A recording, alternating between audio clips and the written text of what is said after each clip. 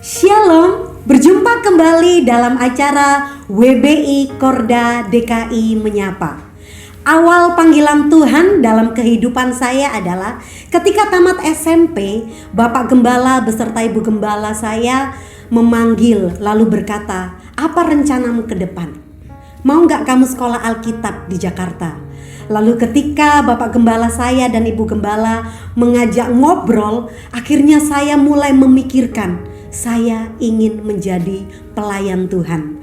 Berhubung saya telat mendaftar, jadi saya menunggu selama 1 tahun, baru saya mendaftar ke Seminari Bethel Jakarta. Dulu namanya adalah Sekolah Teologia Bethel Jakarta. Tahun 98 ketika terjadi kerusuhan, saya datang ke Jakarta dan saya cukup merasakan bagaimana mengerikan situasi dan kondisi pada zaman kerusuhan itu.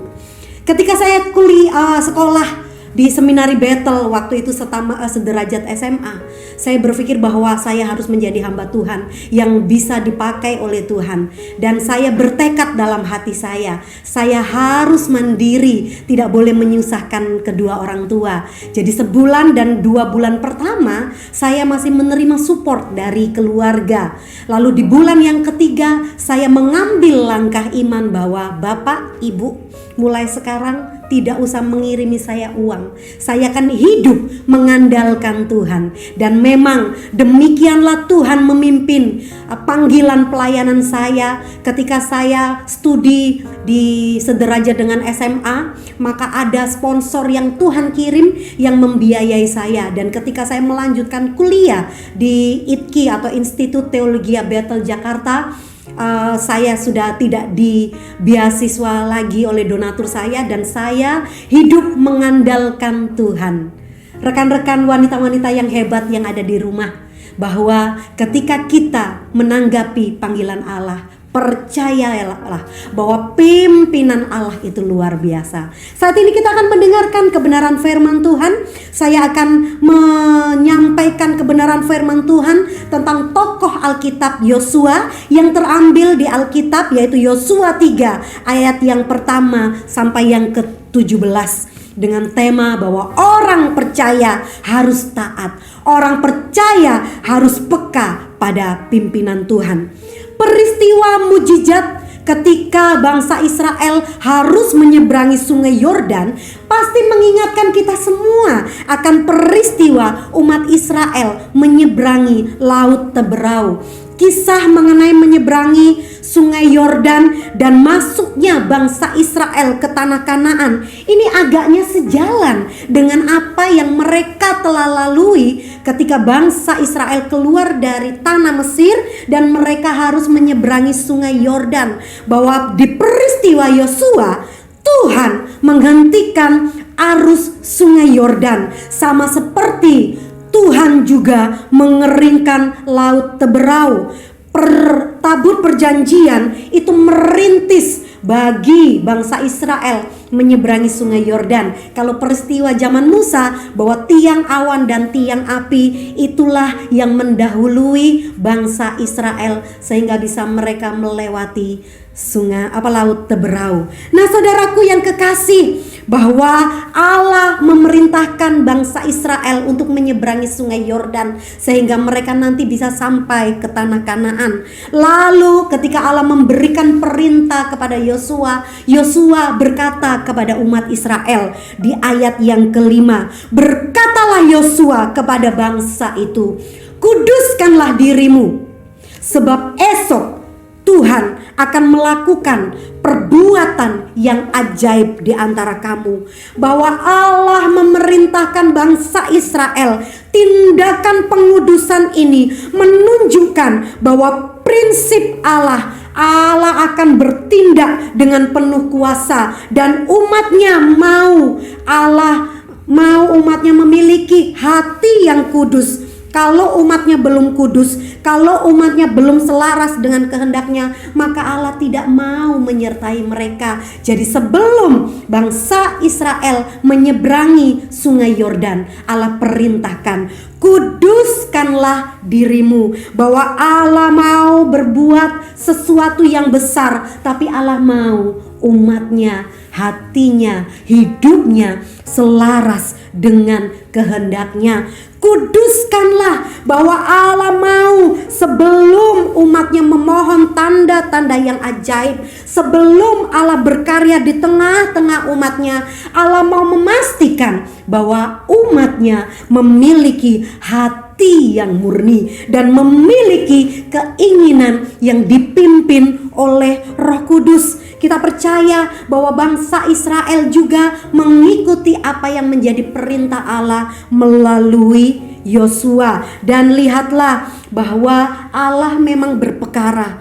Dan ketika para imam dan juga orang-orang Lewi membawa tabut perjanjian dan mereka menginjakkan kaki di sungai Yordan, maka sungai Yordan itu airnya berhenti sehingga bangsa Israel mereka bisa melewati sungai Yordan. Tetapi Yosua memperingatkan agar bangsa Israel menjaga jarak dari tabut Allah, bahwa Yosua mau memberitahukan kepada bangsa Israel, tabut perjanjian ini adalah lambang Allah, lambang kehadiran Allah, sehingga mereka harus menjaga kekudusan, mereka harus menghormati, menjaga jarak, bahwa pimpinan Allah atas bangsa Israel. Di ayat yang ke-15 sampai yang ke-17, di situ menceritakan bahwa ketika para pengangkat tabut perjanjian itu sampai di sungai Yordan, dan ketika para imam itu mencelupkan kaki mereka di tepi sungai Yordan, maka sungai Yordan itu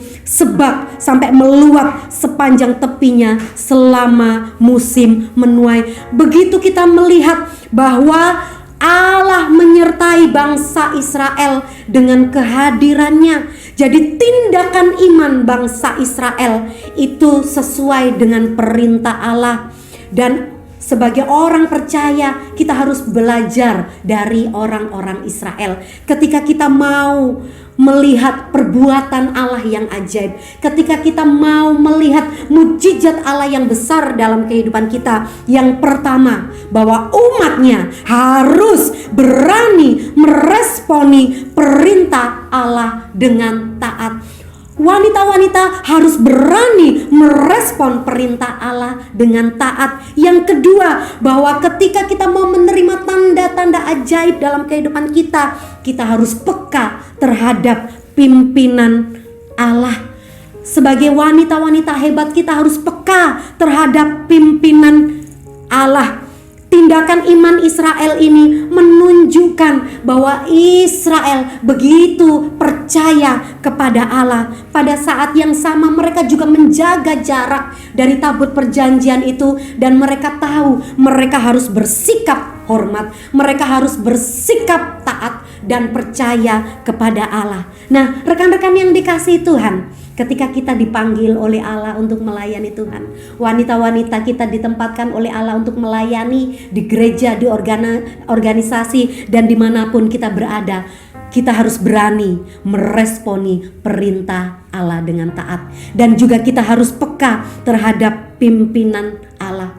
Mujizat akan terjadi. Apakah tindakan iman harus disertai dengan perbuatan-perbuatan ajaib Allah? Tidak. Tindakan iman kita itu berasal dari penghayatan, dari pengertian kita akan firman Tuhan. Dan ingatlah bahwa kita harus menguji apakah kehendak kita sesuai dengan kehendak Tuhan, apakah kerinduan kita sesuai dengan firman Tuhan. Mari kita bersama-sama boleh belajar dari apa yang terjadi saat bangsa Israel menyeberangi sungai Yordan, dan ketika peristiwa ini tersebar ke seluruh wilayah Kanaan.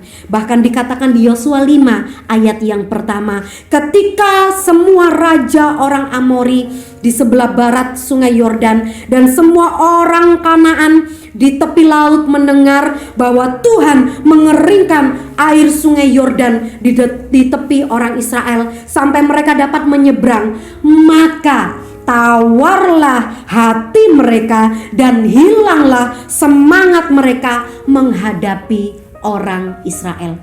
lakukanlah bagian kita, maka Tuhan akan melakukan bagiannya. Bahwa kita berani merespon perintah Allah, bahwa kita peka terhadap perintah Allah, maka Allah sendiri yang akan menyatakan perkara-perkara yang ajaib.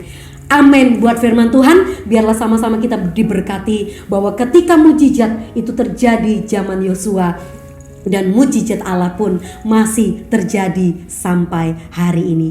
Kita sebagai wanita-wanita Allah, kita harus taat kepada Dia. Amin. Buat firman Tuhan. Tuhan memberkati.